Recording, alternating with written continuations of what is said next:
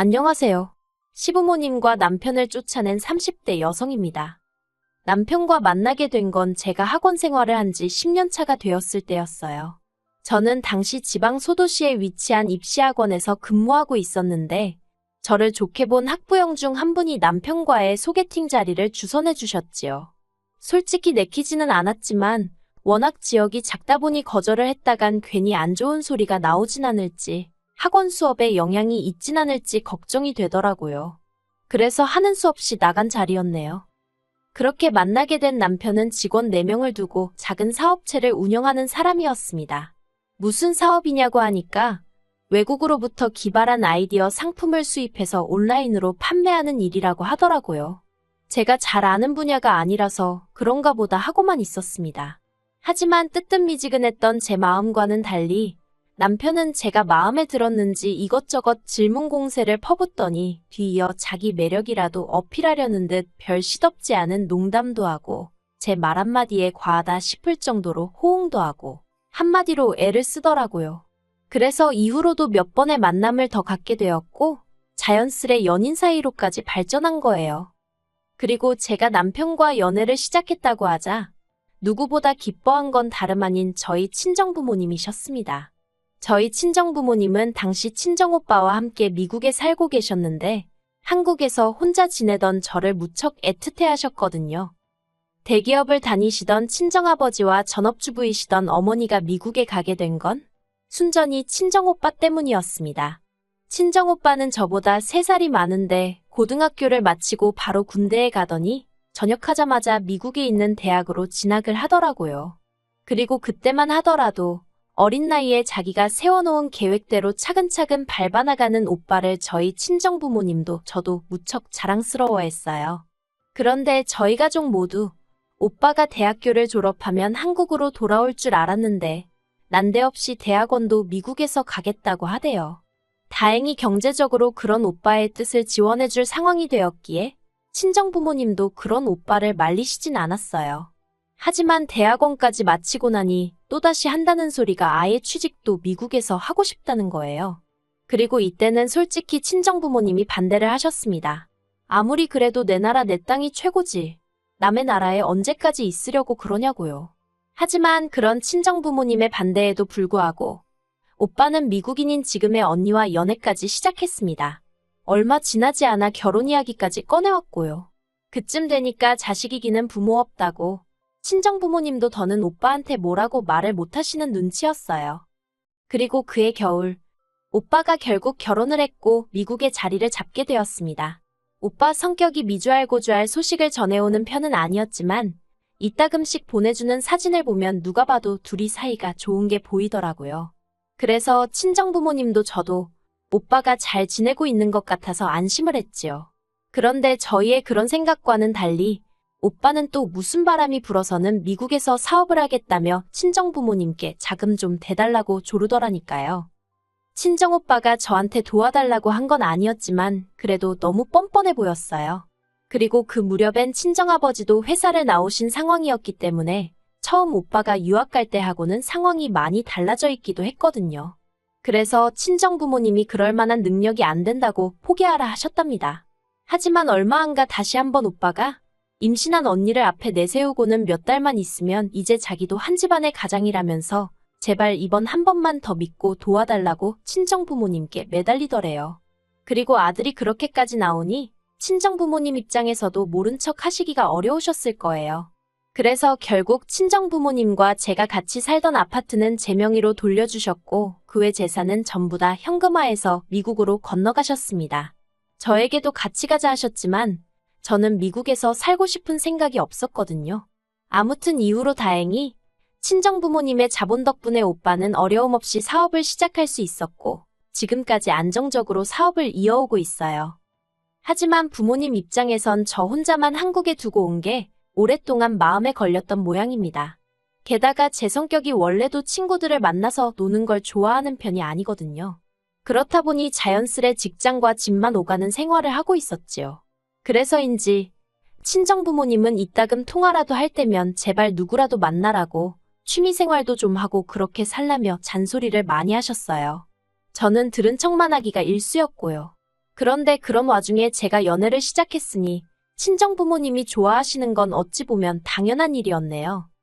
아무튼 그렇게 교제를 시작한 이후로 남편과는 결혼 전까지 1년을 만났고 꽃이 만발하던 봄날 양가 부모님과 지인들 그리고 친구들의 축복 속에서 부부의 연을 맺었습니다. 친정 부모님이 이제야 마음을 좀 놓을 수 있겠다며 안도의 한숨을 내쉬셨고 어머님은 그런 저희 친정 부모님의 손을 꼭 붙들며 제가 며느리가 아니라 당신 딸이다 생각하고 저를 돌보고 살피겠다 말씀하셨어요. 그리고 솔직히 그때 저는 어머님의 그런 모습을 보고 제가 시부모 복이 있는가 보다고 생각했네요. 그래서 그때만 하더라도 지금과 같은 결과는 생각지도 못했는데 정말이지. 사람 일이라는 건 한치 앞을 알 수가 없다더니 그 말이 맞더라고요. 신혼살림은 제가 원래 혼자 살던 아파트에서 시작하게 되었습니다. 원래는 제 아파트는 세를 주고 남편이 가지고 있다는 2억과 제가 모아둔 돈을 합쳐서 시내에 있는 신축 아파트를 사려고 했었거든요. 그런데 남편이 자기가 알아보니까 사업 때문에 아파트를 세금이 어쩌고 하대요. 그리고는 며칠 지나지 않아서 사업에 갑자기 일이 생겼다면서 급하게 그 모아뒀던 2억을 일단 썼다고 그러는데 제가 사업 쪽은 영 아는 바가 없어서 그냥 그런가 보다 했어요.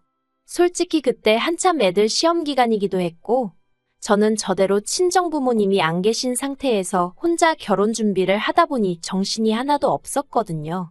그래서 남편이 하는 말을 곧이곧대로 믿은 게 제 잘못이라면 잘못이겠네요. 아무튼 그때는 남편이 하는 말들에 특별히 의심을 한다던가 안 좋은 쪽으로는 아예 생각조차 못했습니다. 어차피 제가 사는 아파트가 있으니 집 문제 자체에 있어서 크게 스트레스를 받는 상황도 아니었고요. 그래서 유야무야 신혼살림을 제 아파트에서 시작하게 된 거예요. 하지만 결혼 생활을 시작한 지 1년여 만에 생각지도 못한 상황을 맞닥뜨렸습니다. 신혼을 즐길 틈도 없이 저는 아이를 가졌고 그렇게 학원을 관뒀거든요. 처음부터 애를 갖게 되면 애가 자기 의사표현을 할 때까지는 제가 직접 키울 생각이었기 때문에 학원을 관두는 데 있어서 아쉬운 건 없었지요. 굳이 따지자면 돈이 조금 아쉽긴 했지만 그동안 벌어놓은 돈이 있었으니 큰 문제는 아니었습니다. 남편도 한 달에 400 정도, 저보다는 적은 월급이었지만 두 사람 생활하는데 부족하진 않을 만큼 벌어오고 있었으니까요. 아무튼 이후로 건강한 딸아이를 출산했어요. 그리고 그때만 하더라도 앞으로 남편과 함께 아이를 키우며 오손도손 즐겁게 지낼 줄로만 알았지. 드라마에나 나올 법한 상황에 제가 처할 줄은 상상도 못했네요. 출산 후 제가 산후조리원에 바로 들어가기도 했고 그래서 친정부모님께는 애가 100일 정도나 되면 한번 나오시라고 했어요. 특히나 친정아버지가 하루빨리 손녀를 안아보고 싶다며 아쉬워하셨지만 어쨌든 혹시 모를 상황에 대비한 딸아이의 건강이 우선이었으니 이해하신다 하셨고요. 그런데 산후조리원에서 나와 남편과 함께 집에 도착하던 날 남편이 현관 앞에 도착했어야 하는 말이 지금 집에 어머님 아버님이 와 계시다는 거예요. 현관문을 여니 눈앞에 펼쳐진 건 정말 가관도 아닌 집안 꼬라지였습니다. 일단 저와 남편이 쓰던 안방은 어느새 어머님 아버님 차지가 되어 있었고 그런 와중에 어머님은 민망한 기색도 없이 자랐다며 저를 반기시는데 한마디로 여기가 내 집이 맞나 싶더라고요. 까놓고 말해서 제가 산후조리원에 입원해 있던 동안 어머님 아버님 두 분 다 두세 번 얼굴을 비추셨는데 그때마다 한 번도 합가의 히읗차도 꺼내신 적이 없었기에 눈앞에 펼쳐진 상황이 더 믿기지가 않았던 것 같아요. 한마디로 어머님 아버님과 남편한테 뒤통수를 세게 맞은 기분이었습니다. 남편에게 도대체 이게 지금 무슨 상황이냐고 따졌더니 남편은 저더러 정말 복도 많다면서 하는 말이 장모님도 안 오시는데 시어머니가 애를 봐준다고 오신 거라며 오히려 몇 번이고 생색을 내더라고요. 막말로 누가 고마워하는 것도 아닌데 혼자서 난리였지요. 제가 어떻게 나랑 상의 한마디 없이 그런 일을 결정할 수 있냐고 물었더니 전부 다 저를 생각해서 그런 건데 뭘 상의를 하렵니다. 어처구니가 없어서 그래서 나를 생각해서 내가 쓰던 안방도 내드렸냐 따졌어요. 그랬더니 오히려 남편이 제가 이해가 안 된다는 표정을 짓고는 시부모님이 제일 어른이시니 당연히 방도 제일 큰 방에서 지내시게 하는 게 맞는 거 아니냐대요. 막말로 이 인간이 무슨 효자병이라도 걸렸나 싶어서 어이가 없더라고요. 어쨌든 짐은 이미 다 들어왔지. 애를 챙겨야 되는데 몸은 힘들어 죽겠지. 제가 뭔가 이성적으로 할 수 있는 상황이 아니었어요. 그리고 동시에 가구며 짐이며 다 들여놓은 어머님 아버님을 당장에라도 내쫓을 수도 없는 노릇이었기에 일단 당분간은 남편 말대로 어머님께 따르를 부탁드리고 저는 몸을 회복하는데 신경을 쓰기로 마음을 비웠지요. 하지만 한 달이 뭐예요. 보름도 되지 않았을 무렵부터 어머님과 아버님은 저와 딸에만 남겨놓고 외출을 시작하셨습니다. 친구들하고 약속이 있네. 어디 가기로 했네. 별의별 핑계를 대시면서 말이에요. 그뿐만이 아니라 말로는 며느리인 저와 손녀인 저희 딸을 챙겨주러 오셨다면서 정작 제가 도움이 필요한 집안일이라던가 그런 쪽에 있어서는 아주 모른 척 하시대요. 그러면서도 당신들 빨래며 설거지는 끊임없이 내놓으셨고요. 한마디로 졸지에 저는 딸애 하나만 돌보는 것도 부족해 어머님 아버님이 벗어던진 속옷까지 빨아야 했을 만큼 온갖 집안일을 떠맡게 되었습니다. 하지만 그걸로도 부족해 어머님은 불난집이나 마찬가지였던 저에게 기어이 기름을 들이부으셨어요. 무슨 말이냐 하면 하루는 어머님이 저한테 따질 게 있다면서 수유 중인 저를 작은 방에서 거실로 불러내셨거든요. 영문을 몰랐던 제가 무슨 일이라도 있냐고 어머님 아버님께 물었습니다. 그러자 어머님은 물론이고 아버님도 진지한 표정으로 이 집이 누구 명의로 되어 있냐고 물으시대요.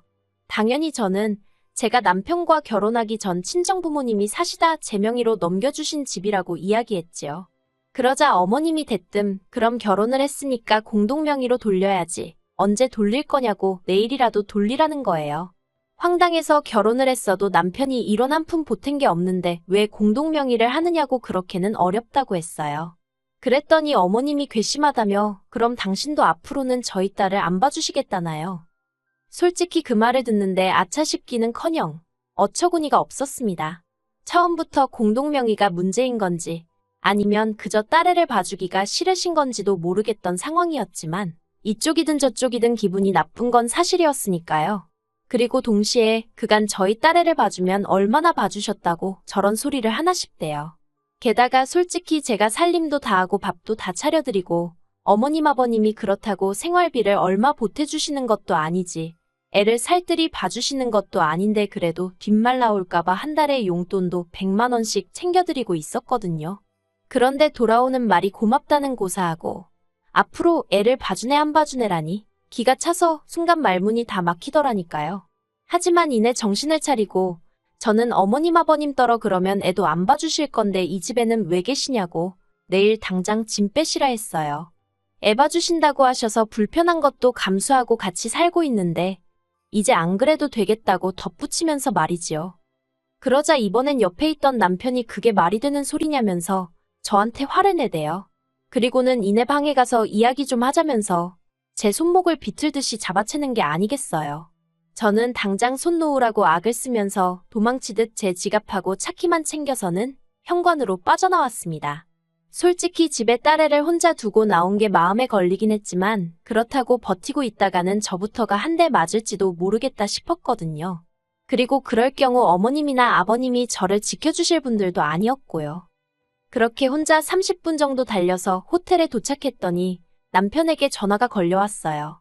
뭐라고 떠들지 드러나 보자 싶어서 받았더니 기껏 한다는 소리가 지금 뭐 하자는 짓이냐며 엄마라는 여자가 애까지 놓고 그렇게 나가면 그만이냐고 그따위로 할 거면 2번 다시 집에 들어올 생각 말라나요. 어이가 없어서 돌았냐고 눈에 뵈는 게 없냐고 소리를 질렀어요.